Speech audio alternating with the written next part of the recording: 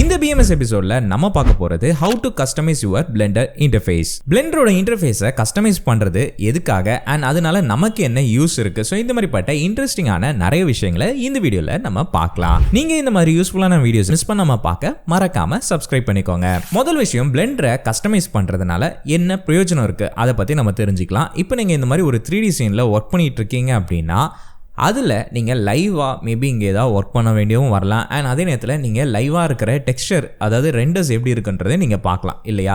So இந்த மாதிரிப்பட்ட தருணங்களை நீங்கள் ஒரு தடவையும் ரெண்டர் பண்ணி பார்க்குறது ஆர் லைவ் மோட்லேயே ஒர்க் பண்ணிட்டு இருக்கிறது உங்களுக்கு ரொம்பவே தலையெரிச்சலான வேலையாக இருக்கும். அண்ட் உங்கள் சிஸ்டமுக்கும் ரொம்பவே ஒரு ப்ரெஷர்ஃபுல்லான ஒரு ஒர்க்காக இருக்கும். கரெக்டுங்களா? ஸோ இந்த மாதிரிப்பட்ட தருணங்களை நம்ம தவிர்க்கிறதுக்காக தான் நம்மளுடைய இன்டர்ஃபேஸை நமக்கு விருப்பப்பட்ட மாதிரி மாற்றி நம்ம யூஸ் பண்ணிக்கலாம். ஸோ நம்மளுடைய இந்த டேப்ஸ் இருக்குது பார்த்தீங்களா, இது ஆல்ரெடி அவங்க கஸ்டமைஸ் பண்ணி வச்சுருக்காது. ஃபார் எக்ஸாம்பிள் இது மாடலிங்காக, ஸ்கல்ப்டிங்காக அண்ட் யூவி எடிட்டிங்காகன்னு சொல்லி நிறையவே அவங்க கஸ்டமைஸ் பண்ணி வச்சுருக்காங்க. இதை பற்றின ஸ்பெசிஃபிக்கான வீடியோஸ், அதாவது மேலே இருக்கிறதுக்கான டேபோட வேலைங்க என்ன, அது எப்படி நமக்கு ஒர்க் ஆகும், யூஸ் ஆகுன்றதை பற்றி நம்ம தனியாக ஒரு வீடியோ போட்டிருக்கோம். அதை நீங்கள் இன்னும் செக் பண்ணி பார்க்கலன்னா டிஸ்கிரிப்ஷன் ஆர் உங்களுக்கு ஐகார்டில் லிங்க் இருக்கும், அதை கிளிக் பண்ணி செக் பண்ணி பாருங்கள். உண்மையிலே உங்களுக்கு ரொம்பவே ஹெல்ப்ஃபுல்லாக இருக்கும். இப்போ நம்ம இந்த வீடியோவில் எப்படி நமக்கு விருப்பப்பட்ட மாதிரி கஸ்டமைஸ் பண்ணுறது, ஸோ அதை பற்றி தான் இன்றைக்கி நம்ம டீட்டெயிலாக பார்க்க போகிறோம். முதல் விஷயம், நீங்கள் ஒரு வேளை சின்ன மானிட்டரில் ஒர்க் பண்ணுறீங்க, உங்களுக்கு ஐ சைட்டில் உங்களுக்கு ப்ராப்ளம் இருக்குது, இந்த ஐகான்ஸ்லாம் இந்த ஆப்ஷன்ஸ்லாம் எனக்கு ரொம்ப சின்னதாக இருக்குது, எனக்கு கொஞ்சம் பெருசாக வேணும் அப்படின்னா நீங்கள் பண்ண வேண்டிய முதல் விஷயம், எடிட்குள்ளே போய்க்கோங்க. ப்ரெஃபரன்ஸ்குள்ளே நீங்கள் போயிட்டீங்க அப்படின்னா உங்களுக்கு இன்டர்ஃபேஸில் இருக்கிற ஒரு சூப்பரான விஷயம் பார்த்தீங்கன்னா ரெசல்யூஷன் ஸ்கேலுன்னு இருக்கும். ஸோ இது உங்களுக்கு விருப்பப்பட்ட மாதிரி நீங்கள் சேஞ்ச் பண்ணிக்கலாம். ரொம்ப சேஞ்ச் பண்ண தேவையில்ல. ஜஸ்ட் நீங்கள் ஒரு 1.5 கொடுத்துட்டீங்க அப்படின்னாலே உங்களுடைய இன்டர்ஃபேஸ் கொஞ்சம் நல்ல விசிபிளாக இருக்கும். ஸோ ஐசைட்டில் ப்ராப்ளம் இருக்கவங்களுக்கு கண்டிப்பாக இது ரொம்பவே ஹெல்ப்ஃபுல்லான ஒரு விஷயமா இருக்கும். ஸோ கண்டிப்பாக பயன்படுத்திக்கோங்க. அதுக்கடுத்ததாக இப்போ நீங்கள் கஸ்டமைஸ் பண்ணி இங்கே நிறைய வச்சுருக்காங்க இல்லையா. ஃபார் எக்ஸாம்பிள் இப்போ நீங்கள் ஷேடிங் போகிறீங்க அப்படின்னா உங்களுக்கு தனியான ஒர்க் ஸ்பேஸ் இருக்கும், நோட் பேஸுக்கும் உங்களுடைய 3D ஒர்க் ஸ்பேஸ் இருக்கும்.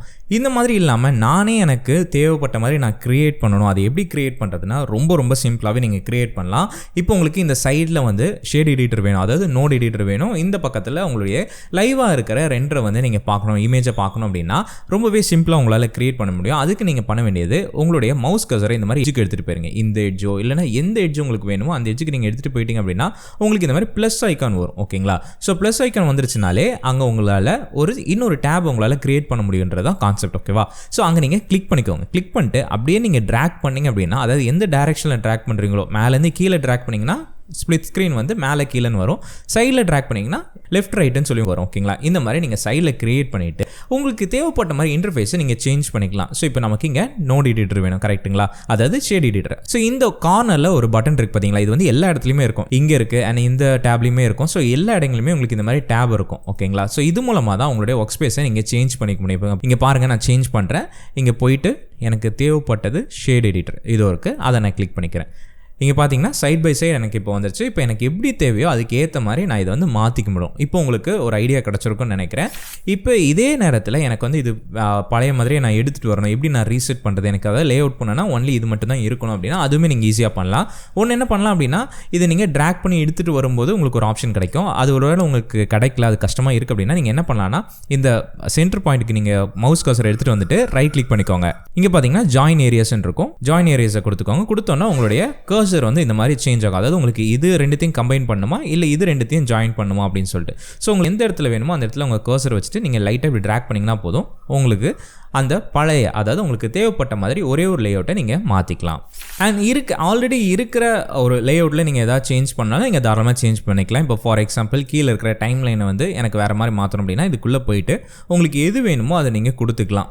ஃபார் எக்ஸாம்பிள் இப்போ நம்ம வேணால் இமேஜ் எடிட்டருக்குள்ளே போயிட்டோம் அப்படின்னா இமேஜ் எடிட்டர் அது மாறிடும். ஓகேங்களா? ஸோ இந்த மாதிரி உங்களுக்கு எது வேணுமோ அதை நீங்கள் தாராளமாக சேஞ்ச் பண்ணிக்க முடியும். ஸோ இந்த மாதிரி நீங்கள் உங்களுடைய ஒர்க் ஸ்பேஸை கஸ்டமைஸ் பண்ணி ஒர்க் பண்ணும்போது உங்களுடைய ஒர்க் ஃப்ளோவில் ஒரு பெரிய டிஃப்ரென்ஸை உங்களால் பார்க்க முடியும். ஸோ கண்டிப்பாக நீங்கள் இதை ட்ரை பண்ணி பாருங்கள். அண்ட் உண்மையிலேயே இந்த வீடியோ உங்களுக்கு ஒரு நல்ல ஒரு இன்சைட்டை கொடுத்துருக்கும். ஸோ பிளெண்டரை இன்னுமே உங்களுக்கு விருப்பப்பட்ட மாதிரி நீங்கள் கஸ்டமைஸ் பண்ணிக்க உங்களுக்கு ஹெல்ப்ஃபுல்லாக இருக்கும் நான் நம்புகிறேன். அண்ட் இந்த மாதிரி நாளைக்கு நம்மளுடைய பிளெண்டர் மினி சீரிஸில் என்ன எபிசோட் வரப்போகுதுன்றதை மிஸ் பண்ணாமல் பார்க்க மறக்காமல் சப்ஸ்கிரைப் பண்ணி பெல் நோட்டிஃபிகேஷனை எனேபிள் பண்ணி வச்சுக்கோங்க. நாளைக்கு நான் உங்களை சந்திக்கிறேன். அடுத்த பதிவில் பேசுவோம். அதுவரை உங்கள் AB.